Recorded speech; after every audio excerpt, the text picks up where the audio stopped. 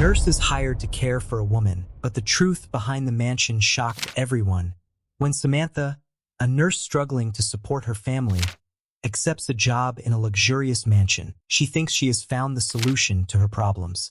But she soon discovers that something is very wrong behind the walls of that house. Victoria, the woman she cares for, seems trapped in a state of endless confusion. Samantha had always been a dedicated nurse. From a very young age, the profession called to her, a mix of compassion and determination that drove her to care for those most in need.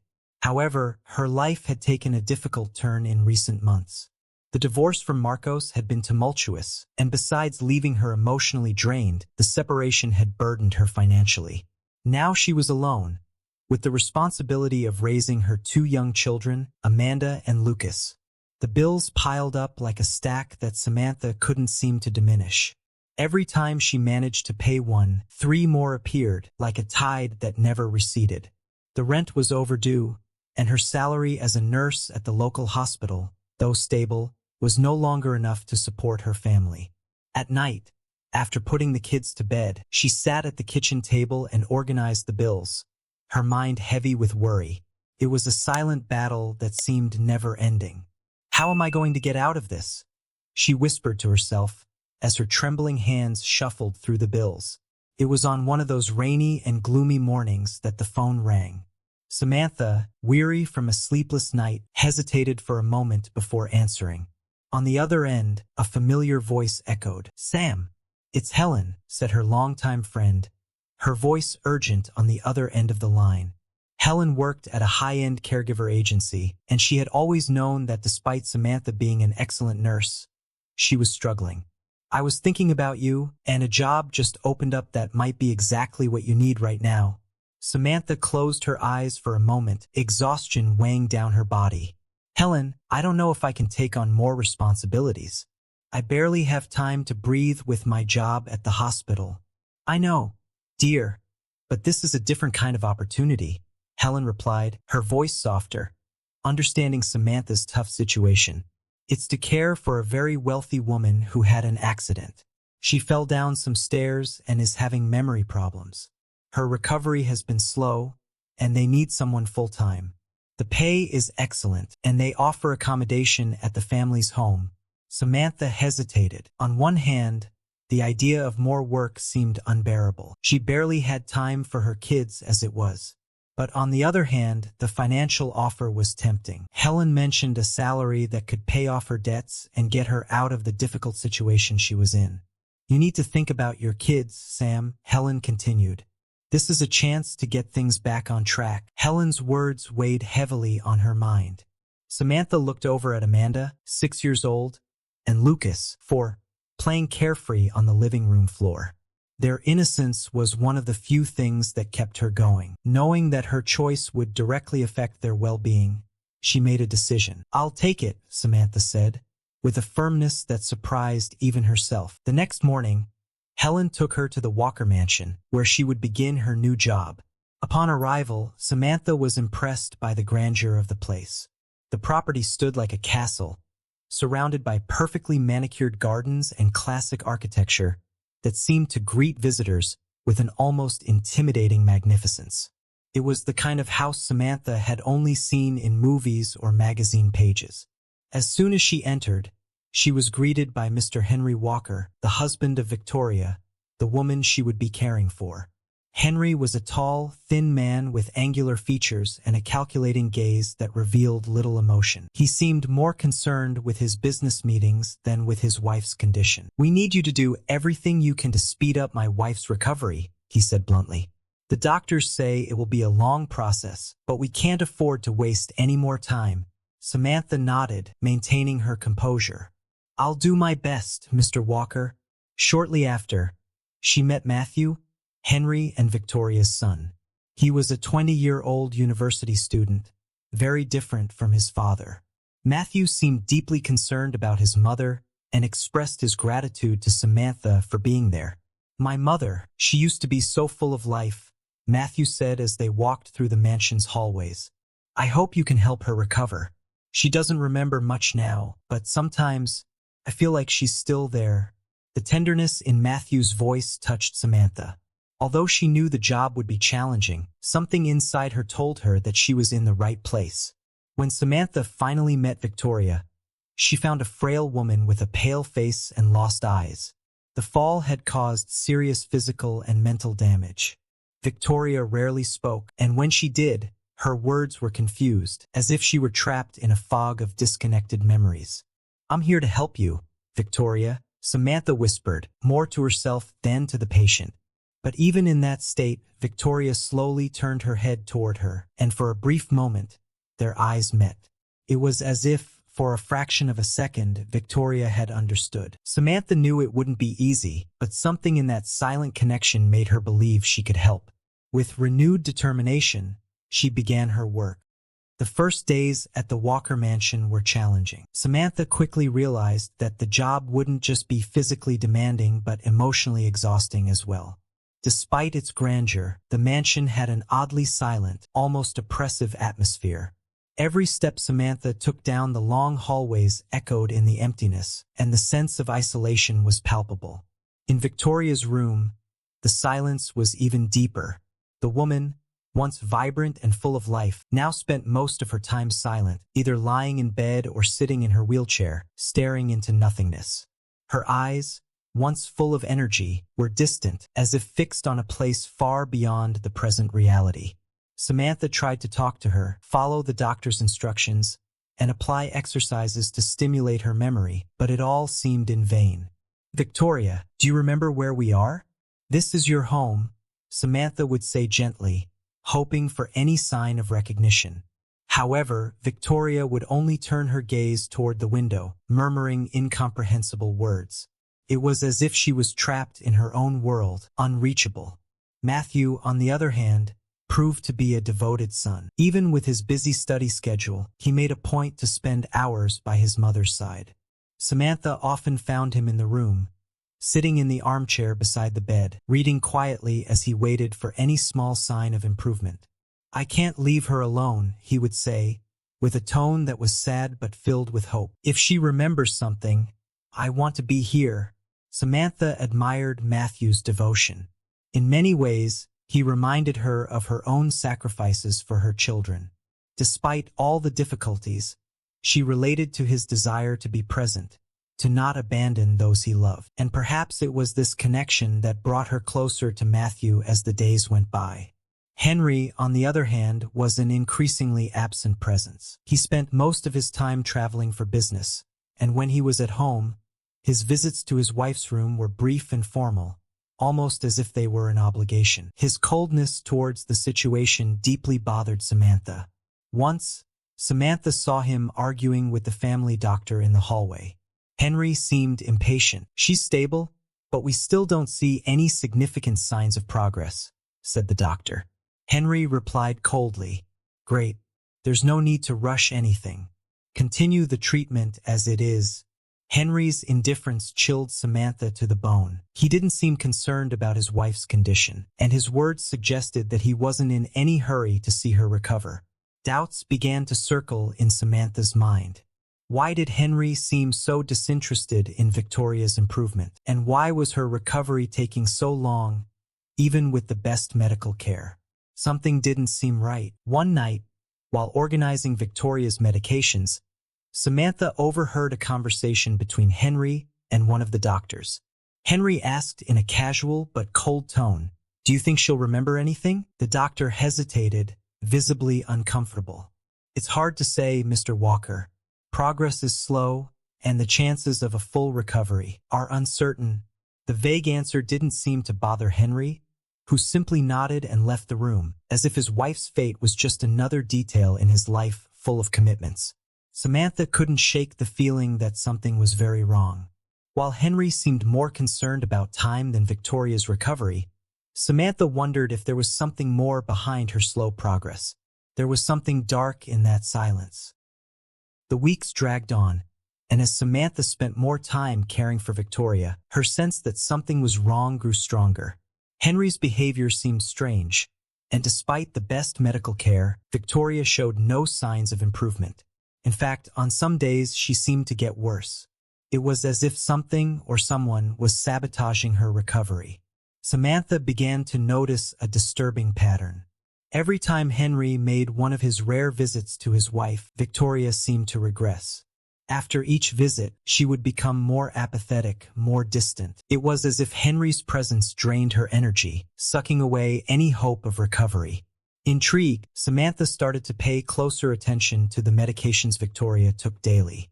The treatment was strict, and the doses of each medicine were meticulously controlled, or at least they should have been.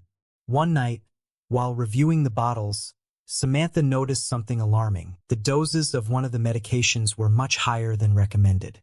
The medication in question was for pain control, but at such high doses, it could cause excessive drowsiness and, worse, impair Victoria's cognitive recovery. Samantha frowned, concerned. How could this have gone unnoticed? She always followed the prescriptions to the letter. Who could have authorized such a drastic change? The next day, while Henry was away on one of his business trips, Samantha decided to confront the family doctor. "Doctor, these doses are too high," she said, showing him the bottle. "I would never give this to Victoria without a prescription."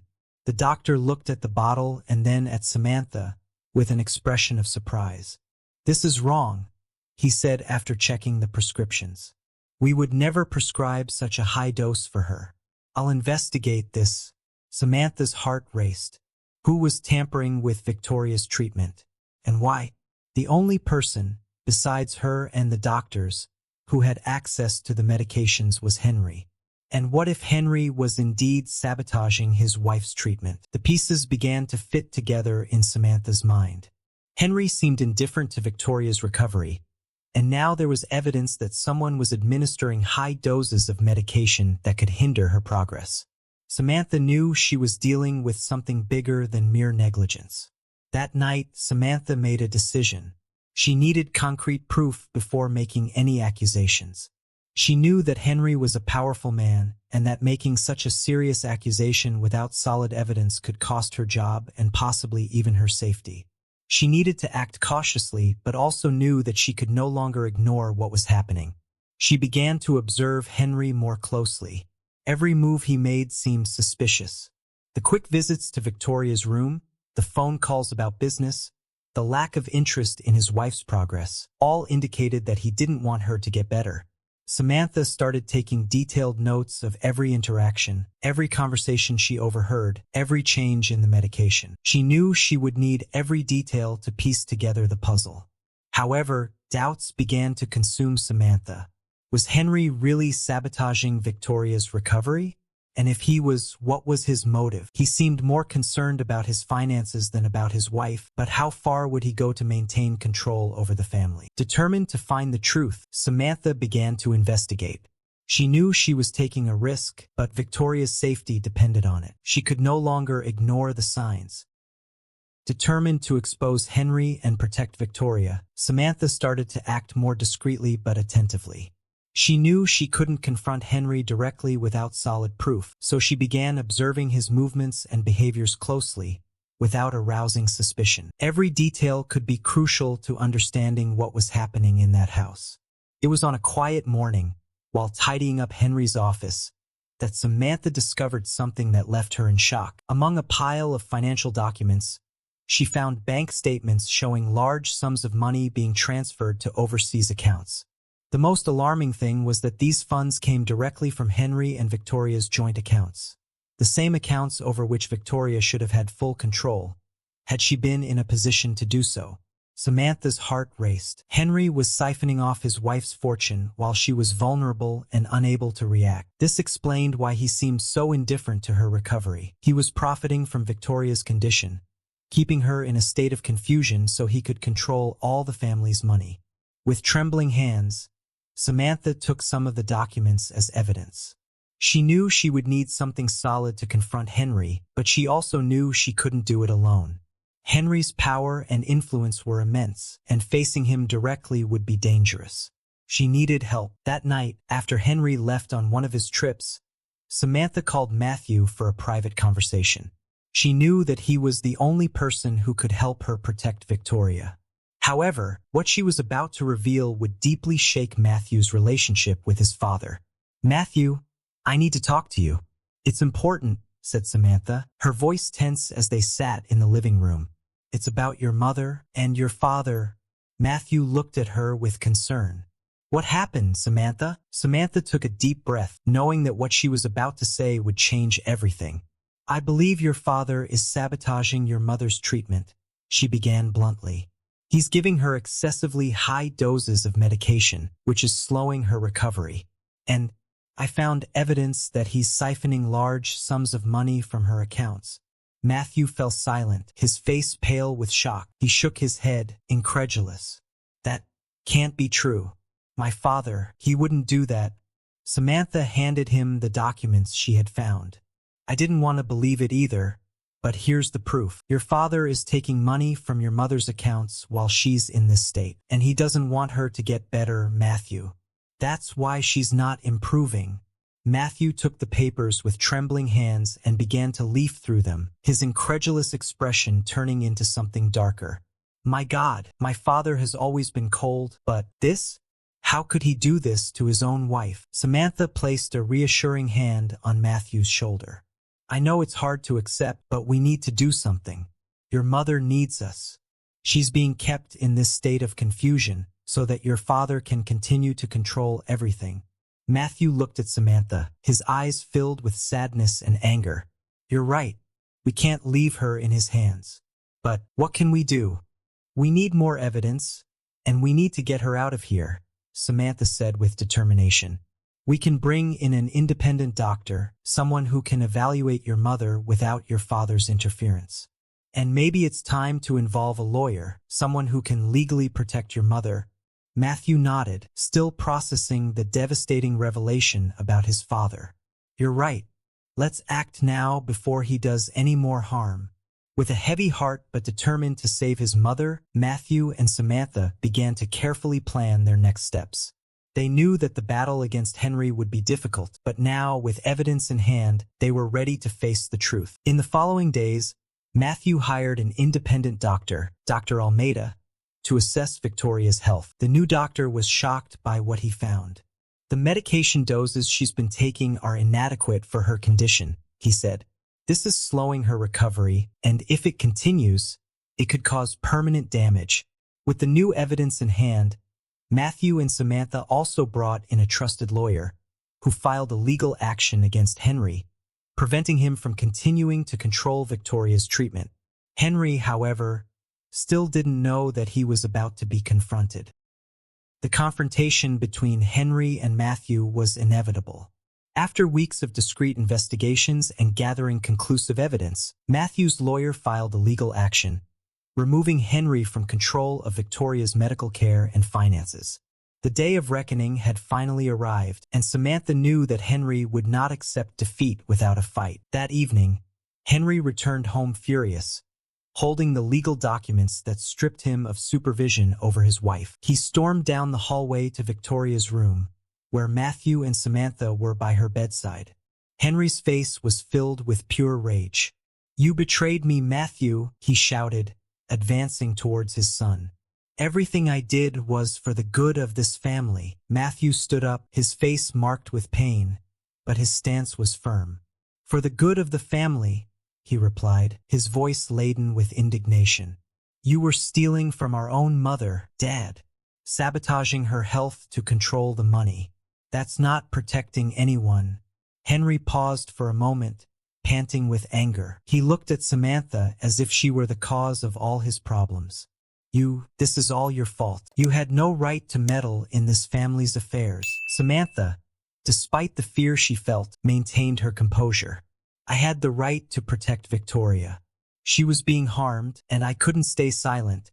Before Henry could respond, Matthew's lawyer entered the room, accompanied by a bailiff. "Mr. Walker, you have been formally removed from overseeing your wife's medical care and finances. Any attempt to interfere will be considered contempt of court." Henry looked around as if he were cornered. His eyes blazed with fury, but he knew there was no escape. He was defeated, and the reality of that defeat seemed more than he could bear. "You too are ungrateful," Henry muttered, his voice filled with venom. "You'll regret this." With no other choice, Henry left the mansion, casting one last look of contempt at Matthew and Samantha. But this time, his aura of power and control had vanished. He was no longer the man who dominated the house and the family. He was finished. After Henry was taken away, Samantha and Matthew could finally breathe a sigh of relief. They knew there was still a long road ahead, especially for Victoria's recovery, but now, without Henry's interference, there was hope. The days that followed brought a new atmosphere to the Walker mansion. Without Henry around, the tension that had hovered over the house dissipated, and his oppressive presence was replaced by a new sense of tranquility. Victoria's treatment, now supervised by independent doctors and without interference, began to show results. Victoria, once trapped in a state of confusion and lethargy, began to show signs of improvement. At first, the progress was subtle, a slight nod, an almost imperceptible smile, but to Samantha and Matthew, each small advance was a victory. As time passed, Victoria began to regain parts of her memory. One day, while sitting in the garden she had designed years ago, she looked at Matthew with a glimmer in her eyes that he hadn't seen in months. "Matthew," she said, her voice still weak but clear enough to be heard, "I remember you and this garden. I used to take care of it, didn't I?" Matthew, with tears in his eyes, nodded. "Yes, Mom. You made this garden. It's all just the way you left it." Victoria smiled, and for the first time in a long time, Matthew felt that his mother was truly coming back. He knelt beside her, holding her hand tightly. "We're here for you, Mom. Everything's going to be okay now." Meanwhile, Samantha continued to care for Victoria with the same dedication as always. The mansion, which once seemed shrouded in shadows, was now full of life. The garden blossomed again, and the house, once silent and cold, now echoed with laughter and peaceful conversations. In one of the rare moments of full lucidity, Victoria called Samantha for a talk. "Samantha," she said, sitting in a wheelchair while looking out at the garden, "you've done so much for me and my family, more than I could ever ask for. I'd like you to stay here, not as my nurse anymore, but as the house manager." Samantha was surprised. "Victoria, that's so generous." "I don't know what to say." Victoria smiled, her eyes filled with gratitude. "There's nothing to say. You saved our family. This house would never be the same without you." With tears in her eyes, Samantha accepted the offer. Now, she was not just a caregiver but an integral part of that family. The weight of past struggles seemed to be lifting, and she finally felt she had found her place. As for Matthew, he followed in his mother's footsteps and dedicated himself to studying medicine. The desire to help others, something he had always admired in his mother and seen up close through Samantha's work, inspired him to become a doctor. The bonds between him and Victoria were stronger than ever, and now, without the shadows of the past, they could look to the future with hope. The Walker mansion, which once seemed like a place of secrets and sadness, was now becoming a true home, a place where love and truth prevailed. And Samantha, who had entered that house just to do a job, left it with a new family and a new life. The new life at the Walker mansion was a life of light, where the dark past had been overcome, and the future was bright and full of possibilities.